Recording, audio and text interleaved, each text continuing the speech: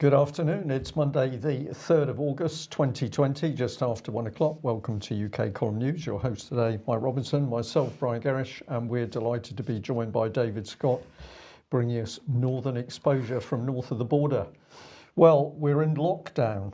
Yeah, lots to get through here. So let's deal with lockdown. This is a statement from Greater Manchester, because of course they have declared a major incident there. And what did they have to say? The public should be reassured that the guidelines announced by government on Thursday remain unchanged. This move by Greater Manchester Strategic Coordination Group is simply to enable our public agencies to access additional resources they need. So in order to do that, they declared an emergency. What effect is that likely to have on the minds of the population in Manchester? Well, fear, Mike. The theme through this news is going to be that the British government wants fear in the population. We're going to explain why, but fear. The other thing I picked up on there is the language. You've got a strategic, what was it, advisory group? Strategic Coordination Group. This is all paramilitary language which has come into the public sector. So your city council, which should be looking after you, now talks in terms of strategy and intelligence and surveillance. Absolutely. They went on to say, the more we stick to the new guidelines and drive the R rate down, the quicker they will be removed. Please do not visit someone else's home or garden unless you have formed a support bubble. No mention of spikes and bubbles there. But anyway, we'll move on because, of course, here is the wonderful Matt Hancock. I nearly forgot his name there. He's utterly a forgettable person. And of course, this was the lead up to it. He was basically suggesting that there's a second wave coming. We don't have to worry about it, though, because the government has it all in hand. Let's have a look at the changes that they had announced. Casinos, bowling alleys, skating rinks remaining closed. Indoor performances will not resume. Pilots of larger crowds in sports venues will not take place. Wedding receptions of up to 30 people will not be permitted. And they will extend the requirement to wear a face covering to some other settings, including museums, cinemas, libraries, and places of worship. I'm really interested to know how you sing together when you're all trying to sing through a face mask. But anyway, they were talking about the R rate and keeping it down. So let's look at the government's latest statistics on the R rate there. And the UK as a whole, apparently, is the R rate is between 0.8 and 0.9, which means that the growth rate UK-wide is between -4% and -1%. In other words, it's disappearing. England is between 0.8 and 1%. What's very interesting here, Brian, is that the Northwest, where Manchester is, of course, is between 0.8 and 1.1 for the R rate, which is -5% to +1%, which looks roughly the same as the Southwest and Plymouth. So we can't be too far behind Manchester. But at the end of the day, we're locking down a city on the basis of something that they can't actually establish. So what they said about this was that estimates of R and the growth rates per day are less reliable and less useful in determining the state of the epidemic when disease incidence is low. And as you can see in the Northwest there's a double asterisk. And the double asterisk says low case numbers and or a high degree of variability in transmission across the region means these estimates are insufficiently robust to inform policy decisions. But if you look at the statement that Manchester City Council pushed out, Greater Manchester Combined Authority pushed out, it's all about the R number. So they have based their decision, their policy decision, on a number which in the government's own statistics they say is unreliable for basing policy decisions on. Well, unreliable. They've also said they've been unable to say what R is for a very long time. Perhaps David might like to comment on that, because of course Nippy Sturgeon got caught short on the subject of the R number. I seem to remember she didn't know how to answer it. Well, she did. I mean, she was very clear that we were taking policy decisions based on the R number. And when asked what the R number actually was, she said, I've made myself completely clear. We don't know. We can't know. The experts don't know. We don't know. And that's when we had more COVID. So now we've got less COVID and the R number's harder to measure. We really don't know. So for that reason, it could be anything. So we'll close down Manchester. So we got the UK being closed down by the government based on false statistics, manipulation of statistics, downright lies. And what we're observing now is more or less mass psychosis. At the weekend, Mike, in a recycling centre, a man, one of the employees, jumped away from me because presumably he assumed or he felt I got too close to him, and he literally jumped back. It was an astonishing thing to see. But I have to say that one other of the employees was very receptive to the fact that the government statistics did not add up. And he said, we're basically being kept in our houses so that they can do all the things they want to do, including a war with China. And I thought that was pretty astute. Pretty astute, yeah, coming from the recycling centre. Yeah, well, so Matt Hancock is the face of this. Every time he gets asked a question about the inconsistencies in the advice and so on, he seems pretty difficult, pretty hard for him to answer those questions, but increasing calls for Hancock to go. So the hashtag is Hancock must go. I'm not certain who would replace him because they all seem like a bunch of, well, they don't seem terribly capable of doing anything sensible. And let's move on to this, because another example of how sensible the British government is. This is the graphic that they've chosen to encourage people to get tested. You got symptoms, get tested. Go to nhs.uk/coronavirus. It's free. It could save a life, Brian. But it could. But of course, getting tested involves shoving something down your throat and up your nose. So the guy arriving at the drive-in test centre wearing a mask, it does seem a bit ridiculous. But it gets better because the government has announced that it's going to roll out 2 new rapid coronavirus tests ahead of the winter. And these are going to be able to provide very rapid results within just 90 minutes. And well, here's the first company that's going to be providing that information. This is them, DNA Nudge. This is one of the companies. They're going to be providing a new test that uses DNA to detect the virus. And there are going to be 5,000 DNA machines supplied by DNA Nudge to provide 5.8 million tests in the coming months. So the 5,000 DNA Nudge box machines supplied by DNA Nudge will be rolled out across NHS hospitals in the UK. They're currently being tested in St Mary's Hospital, Paddington, Charing Cross, West Middlesex University Hospital, Chelsea and Westminster, Royal Hospital, Chelsea, and also Queen Charlotte's and Chelsea Maternity Hospital, and a couple of other places. The machines apparently are located in cancer wards, A&E and maternity wards to protect those most at risk. But as you can see here, DNA Nudge is all about shopping with your DNA. So no white coats there, they say. We put your saliva into our patented cartridge, essentially an entire lab on a chip, the Nudge box where the magic happens. And the cartridge is activated, your DNA is extracted, analysed, and the data is loaded onto your personalised capsule.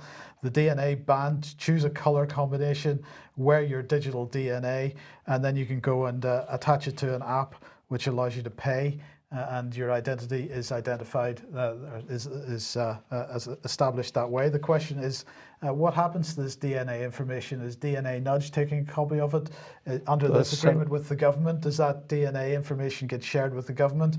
None of this is clear. I suspect we know the answer to that, but none of it's clear. This is the other organisation then, Nanopore. So Oxford Nanopore Technologies partners with UK government to roll out LambPore, a new generation of COVID-19 test. This is a truly magical test, Brian, because this is going to be able to test not just for COVID-19, but all kinds of other respiratory diseases as well, including influenza A, influenza B, and RSV. So that's pretty good. Matt Hancock said, we're using the most innovative technologies available to tackle coronavirus. Millions of new rapid coronavirus tests will provide on-the-spot results in under 90 minutes, helping us to break chains of transmission quickly. Of course, also helping them to pursue their localized lockdown policies. Yeah. So this is high technology now being used to suck in all the data. More on that in just a moment. David. Yeah. Well, I'm just wondering. I'm wondering what's the false positive rate, because the the problem we've had up until now is the test that's been used is actually not a diagnostic test. So the best test available, the test with the greatest background of experience, wasn't suitable for diagnostic work and was prone to give false positives. In fact, depending how you set up the test, any result you chose. So the ones that have been very hastily developed and are now being rushed out, how reliable are they? And also, as COVID declines in the population, because seasonal flu does that when it's summer, and there's very few actual positive tests, then the false positives will come to dominate. This is part of the problem of testing for something that's very rare. Is if your test gives even a small false positive rates, then most of the positive results become false because most people that you test don't have it. Is that a risk? I'm very skeptical about how much this is actually going to help. It's all very good and well for Matt Hancock to trumpet it as a great technological breakthrough, but there's problems with great technological breakthroughs, particularly ones at very short notice, and the problem is error and unforeseen consequences. David, you're hopelessly missing the point there. That of course it's not there to help with the disease; it's there to help the government pursue its policy agenda. Well, for pursuing the policy agenda, then the more false positives, the better, and there's not a problem. Absolutely. Well, let's follow it through with propaganda. I've got to say a big thank you to one of our viewers who sent a very astute email this morning. This is just part of it. Let's have a look. I spotted this government advertisement in the Daily Mail this morning. Well, what was the person looking at? They were looking at this in the little box, sponsored, worried about staying safe. Here's how an army of health professionals is working behind the scenes to help protect us from coronavirus and get us back to normal. So it sort of looks like an advert, but it just says sponsored. Well done, the viewer, because this is the article in question, Daily Mail. There's that headline there, and notice the terminology, army of healthcare professionals. Just have a look at the man, I think it's a man outside the window of that car. Is this Novichok the sequel, Mike? She hasn't got anything on. He's dressed as though he's going into a nuclear zone. This is complete and utter madness, of course. But have a look at this little bit here, because this is the Daily Mail, sponsored by the UK government. So this is government propaganda. This makes North Korea look amateur, doesn't it? We've got the full thing here. So let's follow it through. And in this article, we have to bring in our old friend, Gurinder Singh. Now, some of you might not remember Gurinder, but let's take you back to the UK column on the 8th of July, because we picked up on an interesting article. This is what you get asked on a 45-minute NHS Test and Trace phone call. And this is the article. And who's it by? Well, it's by the UK government. So this is earlier propaganda. And who was the key man? Well, of course, it was Gurinder himself. Just give you a little snippet to remind you, or if you're new to this, what he said last time. He says he's often the first person that someone who's tested positive would have spoken to. So you need to be delicate, you need to be reassuring. And he says the training he's had is fantastic. Calls last 45 minutes. He says who he is. He explains the importance of isolating and sharing contacts. Give us your detail. Because it's the only way to stop the transmission and quickly return to normality. You must give the government your details, because otherwise the virus is not going to go. That's what Mr. Singh says. And he asks when their symptoms started. He asks if they got any underlying health conditions. And then he comes to the tracing bit, where he builds up a picture of a person who's been in recent close contact in order to get the right contact details. Where are we now with Mr. Singh? Well, we're now focusing on the Asian and black and minority ethnic community, because they're very worried about corona in that proportion. So this is the latest article. And what is it? It's fear propaganda. So let's have a look at what the man says. I feel proud to be part of this national effort, and I look forward to telling my children about the time their father put himself forward to help this country in a time of need. This is quasi-war language, Mike. This is like a man who's gone on to the battlefield, apparently, but he sat in an office talking to people over the phone. This is propaganda. But the subliminal message from the British government is that we're on a war footing fighting corona. And bring in another lady, Cam Caster. Imagine, think of the language here. This is raw NLP being used on the British public. Imagine your husband is dying of coronavirus in hospital. It's his birthday. You're desperate to visit him. But if you see him now, you'll have to self-isolate for a fortnight and you won't be able to be there to comfort him at the end. It's a desperate, almost unimaginable choice to have to make. But what she does is takes a choice which nobody should have to make, and she's making it acceptable. Now, I'm not blaming this lady. All of these people are being cynically used by the British government, but this is propaganda. Very dangerous stuff, Mike. But it's worse than that. She's suggesting there's a choice. In fact, there's no choice at all because you're sent home to self-isolate. Indeed, yeah. So that's already messing with your mind. Well, the whole article messes with your mind, and I'd encourage people to watch it. But of course, the Daily Mail pushes it out as if it's a proper article. No, this is government propaganda. She goes on, for a lot of people, especially if they haven't seen it firsthand, the virus can almost feel like a virtual thing. Well, that's because it is. It's created. This is a created thing. So when you get a positive diagnosis, it can be quite overwhelming. I had a very young woman who was working with assisted learning adults, and she was totally shocked because everybody at her workplace had tested positive. That's why the NHS Test and Trace service is so important in tackling coronavirus. What else have we got? We've all got to make it work. We need everybody's confidence. I think people are becoming more aware, and the more familiar they become, the more that's going to help. So David, just to pop across to you, this is all about getting the whole fear factor into people's head. You've got the virus, well, you're nearly a goner. Never mind that you may have it with no symptoms. Yes, I mean, why was the woman shocked? Because everyone in her workplace tested positive? She was shocked because everyone was still at work and they were all perfectly well. That would be quite shocking. But it doesn't mean that there's a problem. And Mr. Singh, the bit when he comes to tell his grandchildren, that might not go as he anticipated. Grandad, what did you do when the government took all our rights away? Oh, I helped them, son. No, that's not going to go well. It's not going to go well. And somebody pointed out to us that this particular piece of comment by this lady is almost equivalent to the fact that you test positive, you've tested positive for cancer. This is really what's being, or HIV maybe. This is very, very dangerous stuff. Bring in another Asian face, because of course this is pure government propaganda. So we've got Atif here. He said there's a man who was very upset and anxious. He had only had 4 or 5 pounds in his pocket, was at the risk of homelessness. He was in a dark place and quite emotional over the phone. I was slightly alarmed. I felt like there was a potential for self-harm. To avoid that, I escalated the case to the safeguarding team, who took appropriate measures to give him support.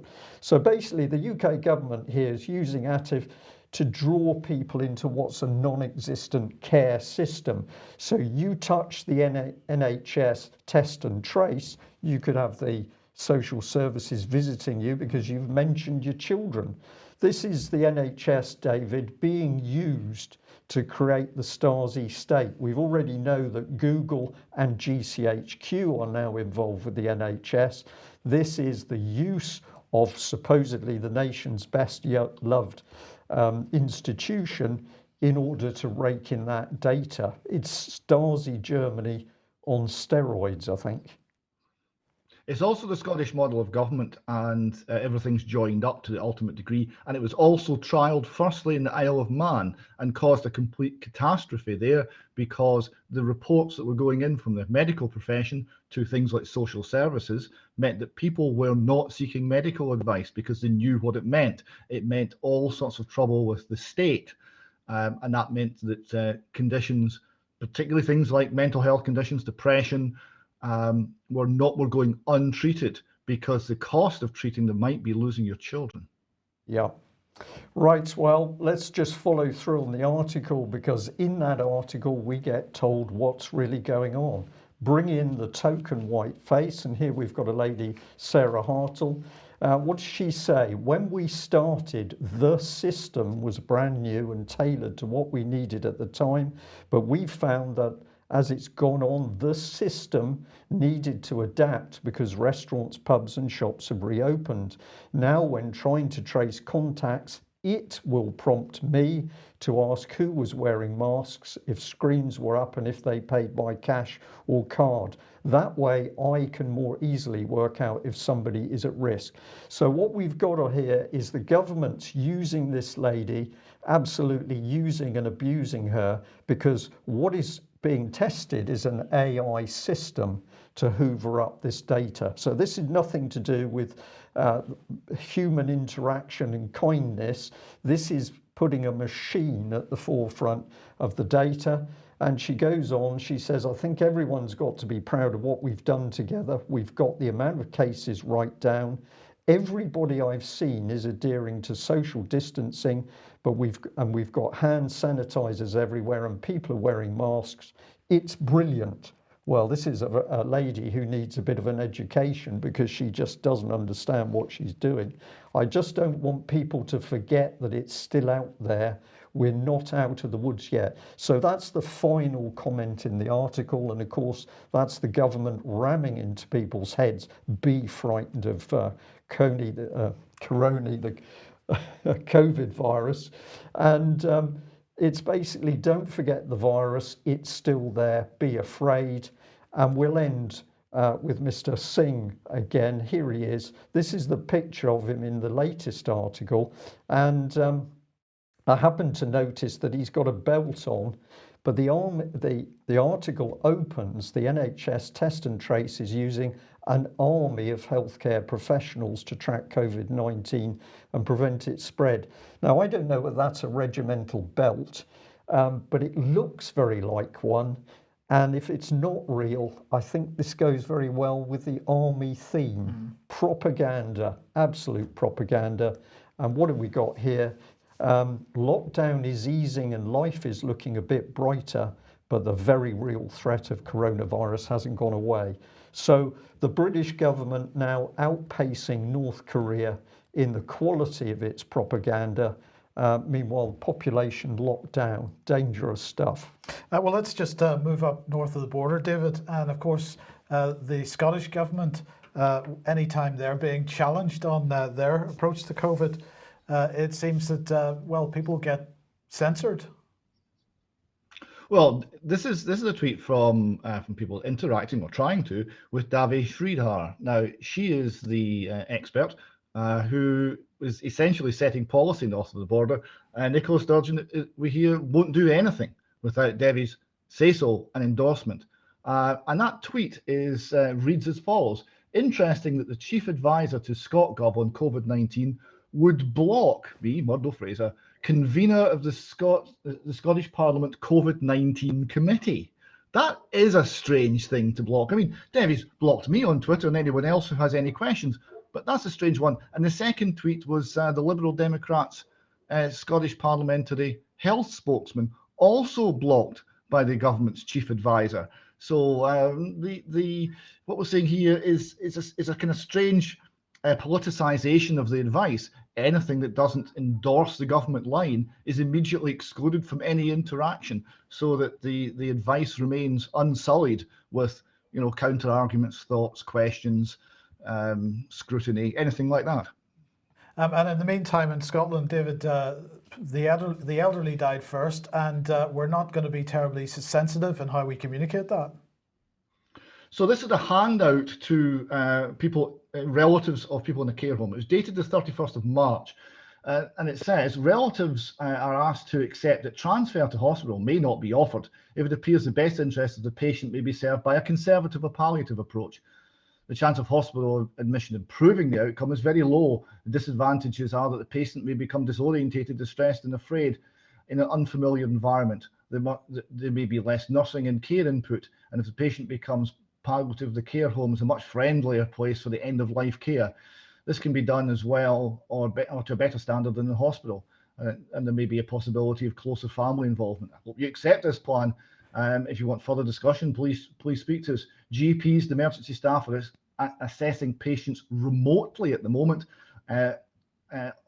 based on the observations of nursing staff. This is to avoid healthcare staff who are at high risk of being symptomatic carriers coming into the homes unnecessarily and bringing COVID-19 with them. This also applies to the management of other conditions. So that's telling the relatives of elderly people in the care home that there will be no hospital care and there will be no medical care other than remote advice.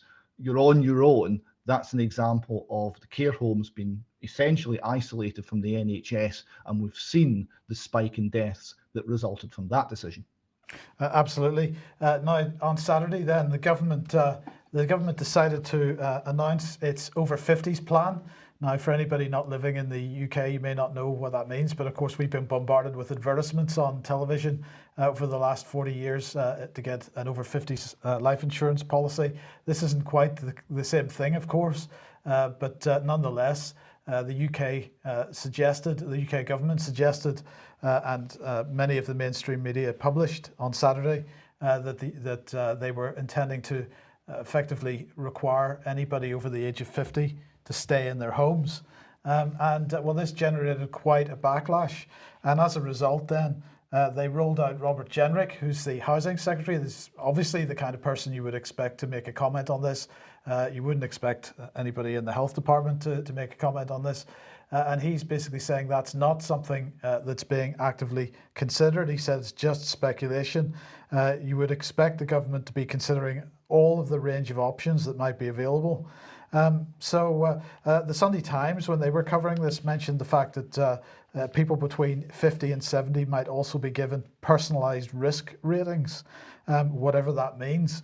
But Brian, this looked very much to me like one of these instances where the behavioural scientists have pushed out a message into the mainstream press in order to gather the analytics from the social media response and make an assessment of just how far they can push people before they go nuts. There's no question, Mike, that they are into this level of applied psychology. We've got the behavioural insights team pushing out fear messages, no risk analysis done on people who suffer from depression or mental health.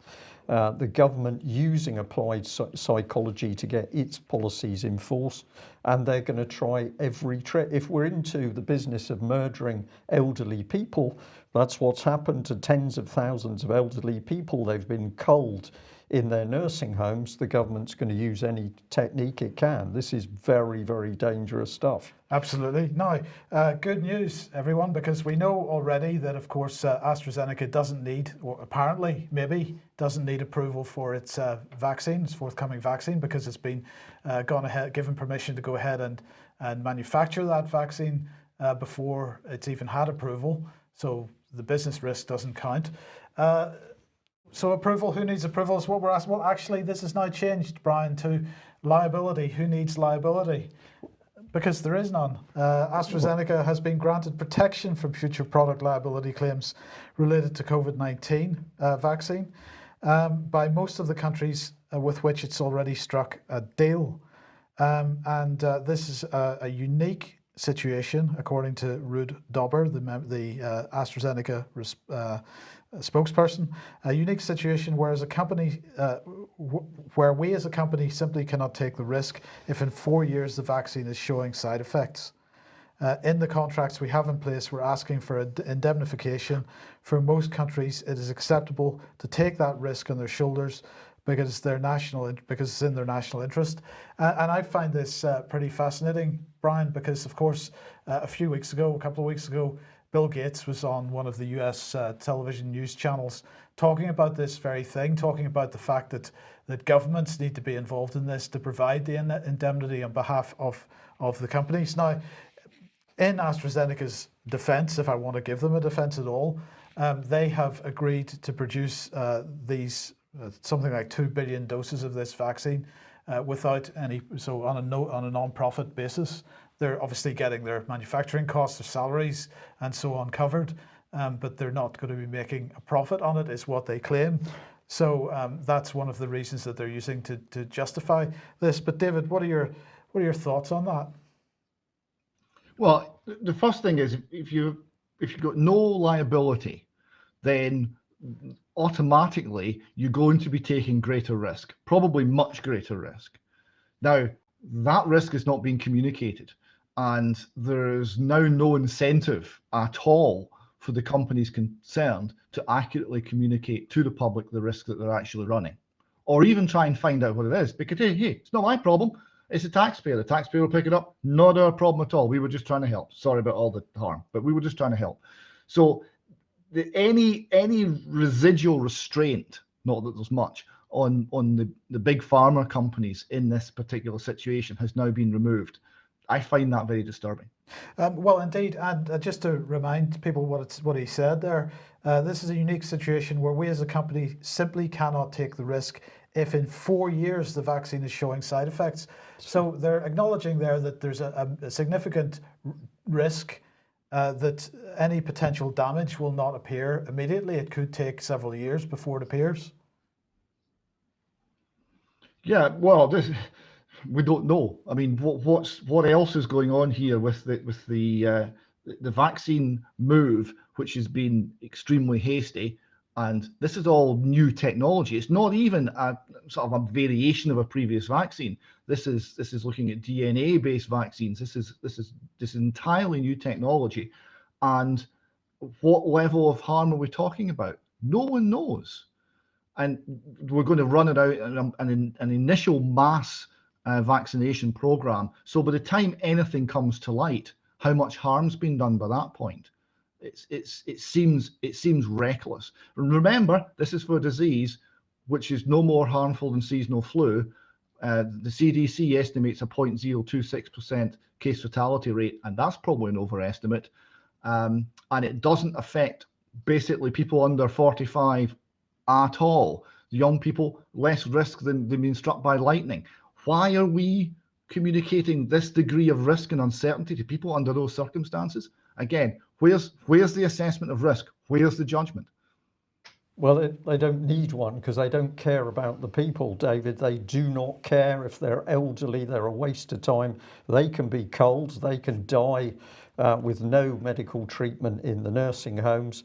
And if the profits are there to be made by big pharma, so what AstraZeneca is doing is a lost leader for billions of pounds of profit in the future. That's why it's so happy to say, well, we're not going to make a profit on the design work on the vaccine. No, because they know they're going to be hoovering up the money once the vaccine doses are put out there. But the government simply does not care how many people die. The more people who die, particularly if they're older, the less pensions there are to pay. So I think it's pretty clear what's going on. And yeah, we're being cold. Looks that way. Now, Russia has to make several million doses of COVID-19 vaccine per month by 2021, says a Russian minister. This is the Industry and Trade Minister, Denis Manturov. Speaking to TASS, he said, according to preliminary estimates, due to the launch of contract platforms this year, we'll be able to ensure the production of several 100,000 doses of vaccine per month, with a subsequent increase to several million by the beginning of next year. I'm wondering quite a bit, Brian, whether this is actually their intention, whether they are able to meet these timescales, or whether this, in fact, is a response to the allegations a week or two ago that the Russians were hacking Western companies so this is an attempt to sort of say we don't need your vaccine. Exactly. Yeah. Yes. Well, I'm sure they don't. Let's end the segment with this, an email which came in this morning. I find it fascinating. It's from a very experienced retired NHS person. Hello, Brian. Hope all well with you. Purpose of the email is that over many weeks I entered online conversations on MSN, just putting thoughts about mass vaccination, general COVID bits and pieces, with the aim of getting people to think. I didn't enter into conversations, just put in stuff once. It was interesting to see how many people liked what I wrote and sometimes wrote encouraging replies on the site. My computer no longer allows me to do this, so I have to assume someone has been into it. There's a section at the bottom of each news item which says join the conversation, which no longer works. I am silenced. Now, I don't think anybody's been into the computer. I think essentially just been blocked. Yes, if you are an experienced person with medical training, you speak out on COVID to criticise or describe as nonsense, you're going to get silence. And somebody in the chat box has just said that the lady, or one of the lady American doctors that spoke out on the video recently saying what was going on was madness, has now lost her job. So criticise the governments on COVID and you're going to be silenced. Well, just briefly on masks here, Brian, this is a tweet that I just wanted to highlight here. One key rule in public health is never blame the population, says the tweet. Anyway, the spread of COVID-19 is not just down to the population following the rules. Japan, with 100% face mask adherence and culturally ingrained social distancing, is on the cusp of a serious outbreak, and they're showing that the spread is increasing again. Now, of course, Japan being held up by the proponents of mask wearing as being the perfect example, because they were hit pretty lightly by the so-called first wave of COVID-19, but their cases are going up. So have they suddenly stopped wearing masks? I don't know what to say anymore. Actually, we've got to the stage, Mike, where how do you describe what's happening? Indeed, it's incredible. Well, very quickly, our old friend Common Purpose, the political charity, seems to be coming to the fore again. Why should we be interested? Well, because of course Common Purpose was the Trojan horse to get those change agents in place to change society, the socio-economic political change agents. But interesting to see that Lord McGuinness of Drumglass a few days ago was asking HM government whether any member of the British Armed Forces and a police force has been sent on a leadership course run by Common Purpose. Now, fascinating this should come to the fore. Equally fascinating the response from Baroness Goldie as Minister of State, Ministry of Defence.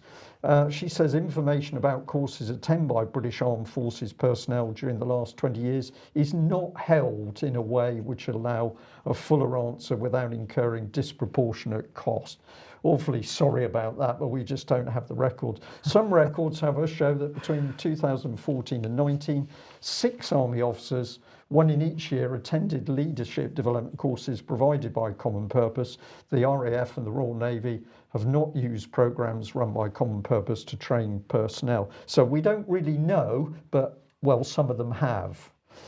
Some individuals may have undertaken training with this company during their resettlement period. It's not a company, it's a charity.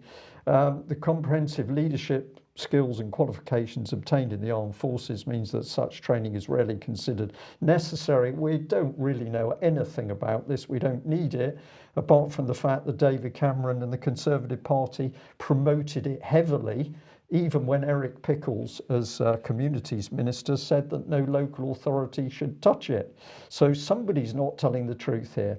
Confirming this would require manually checking all service leaders' joint personnel administration records to identify, retrieve and collate the details. This information could only be provided at disproportionate cost. No information is held by the Home Office about external courses attended by individual police officers. Police training and development is a matter for the College of Policing and for police forces locally. So we really don't know. We haven't really got a clue. Well, it's not difficult to say what's going on. This is a document from back in 2005. It's talking about a Nottingham army barracks where they were calmly holding common purpose training courses. So this is the agenda for that day. Here's 2003, and we have Commodore Andrew Matthews, the Commodore then of the Naval Base in Devonport, part of Common Purpose Advisory Group in Plymouth. But the Ministry of Defence has no idea any of this was going on. Luckily, some members of the public did. We've got another board here, London 2004.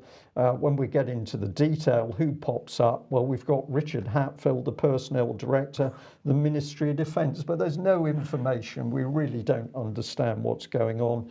And if you ask the government about common purpose, they've got no idea. They don't really know what it's about. So here's theyworkforyou.com. And Philip Davis, back in 2007, asked how much the Ministry of Defence had spent on it. And we've got thousands and thousands of pounds, £56,000, 66, £42,000, £58,000, £83,000, hundreds of thousands of pounds gone on training, but apparently the government had no idea that this was going on. If you want to see some detail on this, go to cpexposed.com website, where we have put a lot of information about military training. Had to take a video because there's so much, but apparently the government itself has no idea, Mike, what common purpose was about. They don't really understand it, and we can't really answer any questions. So if you'd like to know why the government is so shy of the truth about common purpose, the answer is because common purpose is a government-approved socio-political change agent. And of course, when we have public officials now not behaving properly to do with the NHS or COVID, for example, the reason is they've been reframed and they can't think properly. And common purpose was one of the lead change agents to start interfering with the way people think. We'll do more on this in the coming news programmes. Okay, let's quickly move on to economic issues. And I just like this tweet from Aaron Ginn, what victory looks like for lockdown advocates. And David, that's a picture which could really be applied to this particular graph is for the United States, but this could be applied to just about every Western nation. Yes, it must be very similar here. It's actually easier to get the figures for America because it's a more open society, but that's down 33%, right, in what, 2 months. Now, just to give you a point of comparison, the Great Depression, from 1929 to the trough in 1932 fell 30% in 3 years. So it's worse than the Great Depression, and it's taken 2 months, not 3 years. That's how bad it is. That's what lockdown means. Well, we don't have to worry, David, because Joe Stiglitz has decided to write for The Guardian. A global debt crisis is looming. How can we prevent it? So I was very interested in this because he's going to tell me how we're going to prevent this global debt crisis. He says, while the COVID-19 pandemic rages, more than 100 low and middle income countries will still have to pay a combined $130 billion in debt service this year, around half of which is owned to private creditors. And he says, with much economic activity suspended and fiscal revenues in free fall, many countries will be forced to default. A global debt crisis today will push millions of people into unemployment and fuel instability and violence around the world. Another costly migration crisis could be on its way as well, and that nightmare scenario, though, is avoidable if we act now, he says. Taxpayers in creditor countries will once again end up bailing out excessive risk-taking and imprudent lending by private actors. Fortunately, there's an underused alternative. Are you ready for this, David? Voluntary sovereign debt buybacks. Debt buybacks, he says, are widespread in the corporate world and have proved effective in both in Latin America in the 1990s and more recently in the Greek context. And they have the advantage of avoiding the harsh terms that typically come with debt swaps. A buyback program's principal objective would be to reduce debt burdens by securing significant discounts, i.e. haircuts, on the face value of sovereign bonds by minimizing exposure to risky private creditors.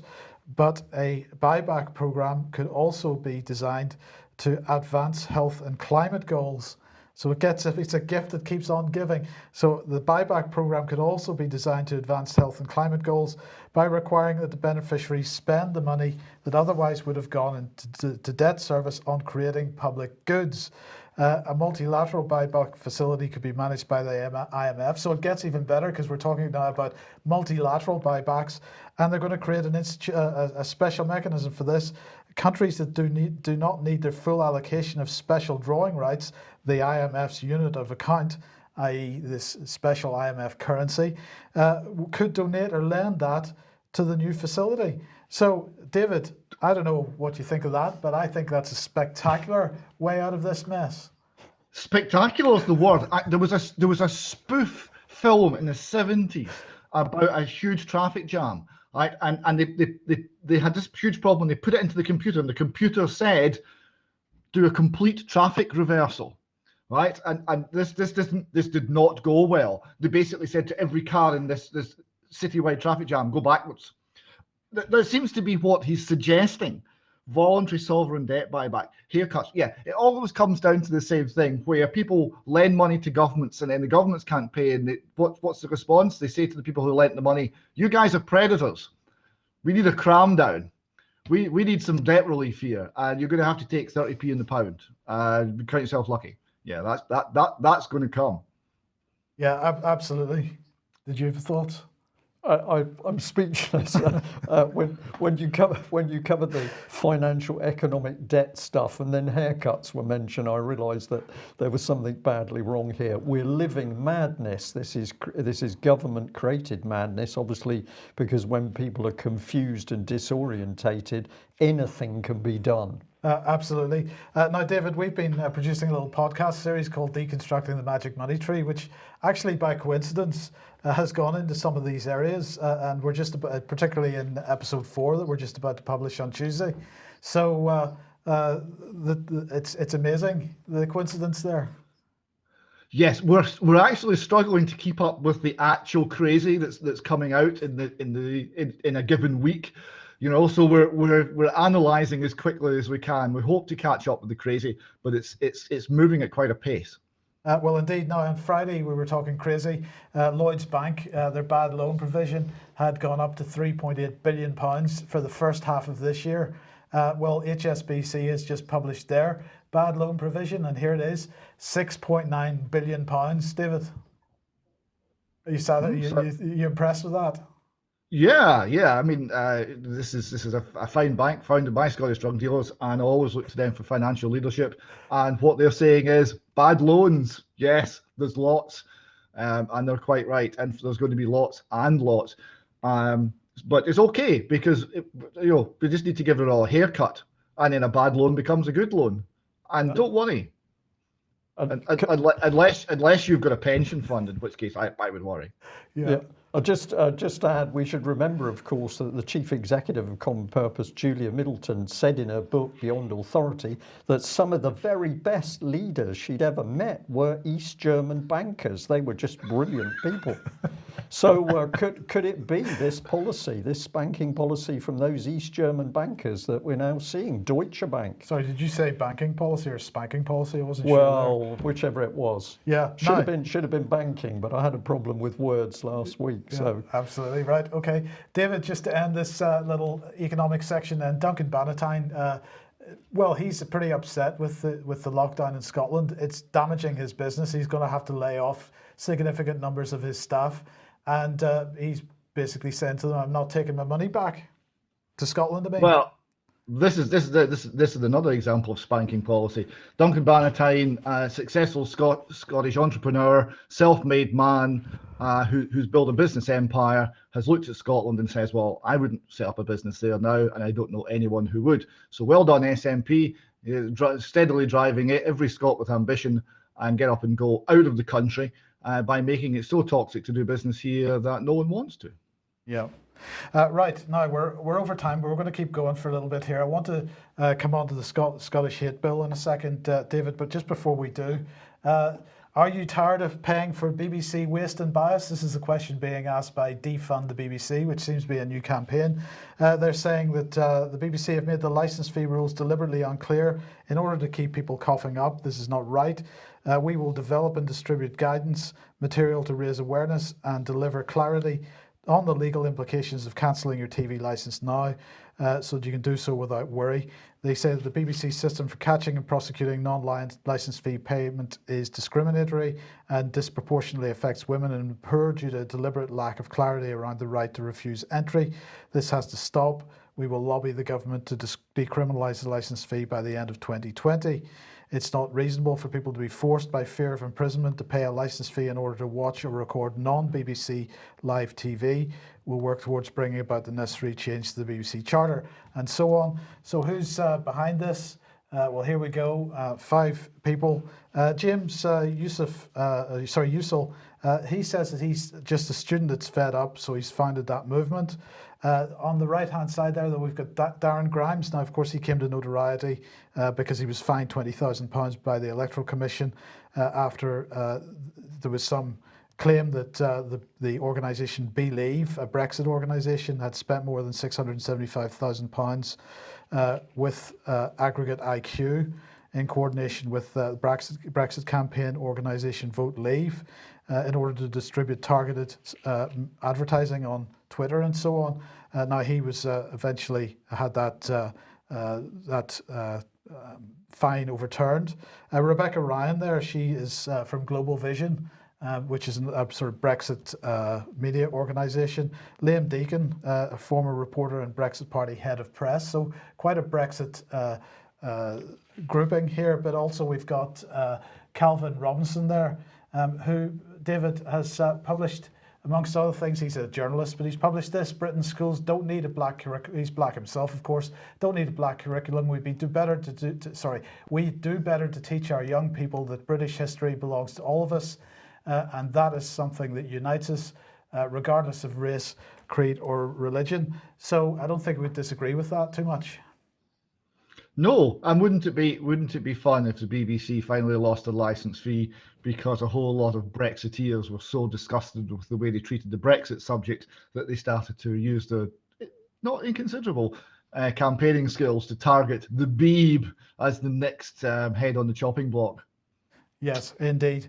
Now, look, let's finish with this one, David, because the hate crime bill in Scotland really needs to be understood by people. Yes, and it's going very badly for Humza. So this is the Herald having a sort of summary article. They're saying the Scottish Government's illiberal hate crime bill must be sent to the knacker's yard, which is actually an extremely accurate summary of where we're at. And it reads here: when the Scottish Police Federation, the Catholic Church, the Law Society of Scotland get together to condemn the Scottish Government's hate crime bill for endangering freedom of speech, you would think that ministers might be tempted to listen. I can't offhand think of any issue that has united policemen, lawyers and churchmen in quite this way before, at least not in the modern age. And of course, there's not a lot of listening going on from the Scottish Government, although Humza says he's going to negotiate a little bit around the detail. Now, it's worth just looking at a little more detail of what the Scottish Police Federation have said about this. So this is Callum Steele, General Secretary of the Scottish Police Federation. Quote, "We are firmly of the view that the proposed legislation would see officers policing speech and would devastate the legitimacy of police in the eyes of the public. That can never be an acceptable outcome. We should never forget that the police in Scotland police only with the consent of the people.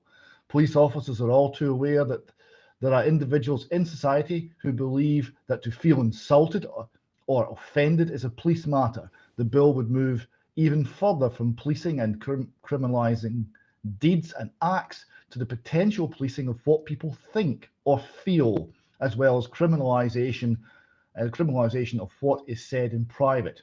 We support and adopt the comments of Fred McIntosh QC and others in relation to the removal of available defences which exist for the current hate crime offences. If the bill is presented as passed, those accused of new offences of stirring up hatred will not have the opportunity to prove that they did not intend to stir up hatred or that they had no reason to suspect their conduct would do so. We do not for 1 second suggest that prejudice, racism or discrimination are desirable qualities in society, but the need to address these matters when they reach a criminal level is met by laws already in place, and the cost to free speech of going further with this bill is too high a price to pay for very little gain." That's a stunning condemnation and I mean, an absolutely spot-on analysis from the Scottish Police Federation. So you're seeing, they're saying that it's the end of policing because they will be seen as the thought police. They know where this is going, even if Humza Yousaf cannot see it. Now, the Telegraph reports this as well. The Telegraph says SNP's hate crime bill poses a grave threat to freedom of the press and risks a society of fear. And they're looking at various press organisations of what who are united against this bill. One of those is the Society of Editors in Scotland. So they're reporting concerns over the Scottish hate crime bill, and those concerns are shared by the News Media Association and the Society of Editors and the Scottish Newspaper Society. So all of the press are seeing the threat that this poses. And again, in the press, we've got the Times here, the Times Scotland view on the hate crime bill, an act of folly. And they go on to list the organisations that are concerned with the bill, since it's diverse as the Scottish Police Federation, the Law Society, the National Secular Society, the Scottish Catholic Church. And they talk about the problems of stirring up hatred or acting in a manner that is likely to result in stirring up hatred. It will also be an offence to possess or communicate inflammatory material that is deemed likely to encourage hatred. It's hardly inconceivable that this could potentially place bookshops or libraries or individuals with material on their bookshelves in a position where they find themselves inadvertently breaking the law. Now, there is an organisation, a campaign group set up to fight this. We reported on this last week. It's called Free to Disagree. And it's led by the Christian Institute, but it's like all of these campaigns in Scotland of late, it's extremely broadly based. So here we see Jim Sillars, ex-convener, deputy leader of the SNP, Stuart Waiton, the National Secular Society, and Maddie Cairns, a journalist, all forming a major part of this campaign. And there's a problem, because the National Secular Society are campaigning. And this has gone down badly. So here we see Stuart MacDonald MP, who we've covered many times. I have this morning emailed the Chief Executive of the National Secular Society, and like Patrick Harvey, resigned as an honorary associate. The decision to team up with the Christian Institute is a serious lapse in judgment with which I cannot be associated directly or indirectly. And he tweets in, he copies in a tweet from Patrick Harvey here, and he also then had to go to Stuart Waiton personally. That's before you get to working with Stuart Waiton. Geez, oh, what has happened at the National Secular Society? So apparently Stuart Waiton is the Antichrist or the Christ, in Mr. MacDonald's view. Now, the Patrick Harvey tweet that he referred to there was in fact a part of a long thread of ranting. So it's worth just looking at some of the things he was saying. So Patrick Harvey says, a thread on why I've resigned as honorary associate of the National Secular Society. I'm a strong believer in a secular society where religion isn't given advantages by the state, where people are equal regardless of the religion, and where religious freedom can include freedom from religion. But he goes on, the National Secular Society are campaigning against the bill, which isn't a problem, of course, even if I disagree with them. What I cannot accept is they've formed a joint campaign with the Christian Institute, a deeply homophobic, transphobic, religious extremist organisation. So remember those words, deeply homophobic, transphobic, religious extremists. That now means Christian in the eyes of Patrick Harvey. But it gets worse. He continues, in my view, the Christian Institute should be treated as a hate group. So he's now suggesting that they should be proscribed by law and prosecuted, treated as a hate group, not an ally to work with. The National Secular Society should recognise, while there are legitimate debates to be had in the best way to tackle hate crime, the CI is not interested in those. I hope this National Secular Society will reconsider their alliance with these people, argue their own position in the bill on their own terms, and stop treating as allies an organisation which stands for utterly toxic values until they do. I'm out. So remember, Christianity, utterly toxic values. That's where the left are now viewing it. Now, it did strike me as not entirely coincidental that in America, Antifa are now publicly burning Bibles. So we're seeing that the left, the far left, the postmodern left, the new left, are now turning round and going for Christianity. I'm sure they'll get to the Jews next, but they're going for Christianity in a big way, and it's very nasty, and it's painting it as an entirely toxic, hate-filled philosophy, right? And that's the line they're going on, and they're looking to use the law to crush it. So that's where we're going, and it's just worth noting that that's the direction of travel. And well done for the secular society to actually stand up and realise that the hate crime bill is about crushing free exchange of ideas. You see it in those tweets. You see it in Patrick Harvey's tweet. He wants to crush the Christian Institute and Christian organisations and prevent them from speaking because it's hate. He sees them as hate groups. That's what the hate crime bill is about. They can't win the argument. They're going to crush the opposition using the state. David, very, very serious topic, which we will certainly have to do more on. We need to end now. It's been quite a long news, very serious news. We'll say to people, don't sit at home worrying about these things. Get talking to other people, get warning other people, challenge people in authority, because we have to spread the message. And I'll just end by saying that you mentioned act of folly there. This is something that people still say it's madness, it's ridiculous, it's crazy. No, what we're looking at is deeply malicious, calculated policy, which is now being unleashed here in UK, and we can see the same coming in America. So this is calculated, it's planned. We need to get the bottom of who produces the policy that's now damaging our society. David, thanks very much for joining us. We'll leave it there. We'll be back at the same time, on Wednesday. Bye-bye.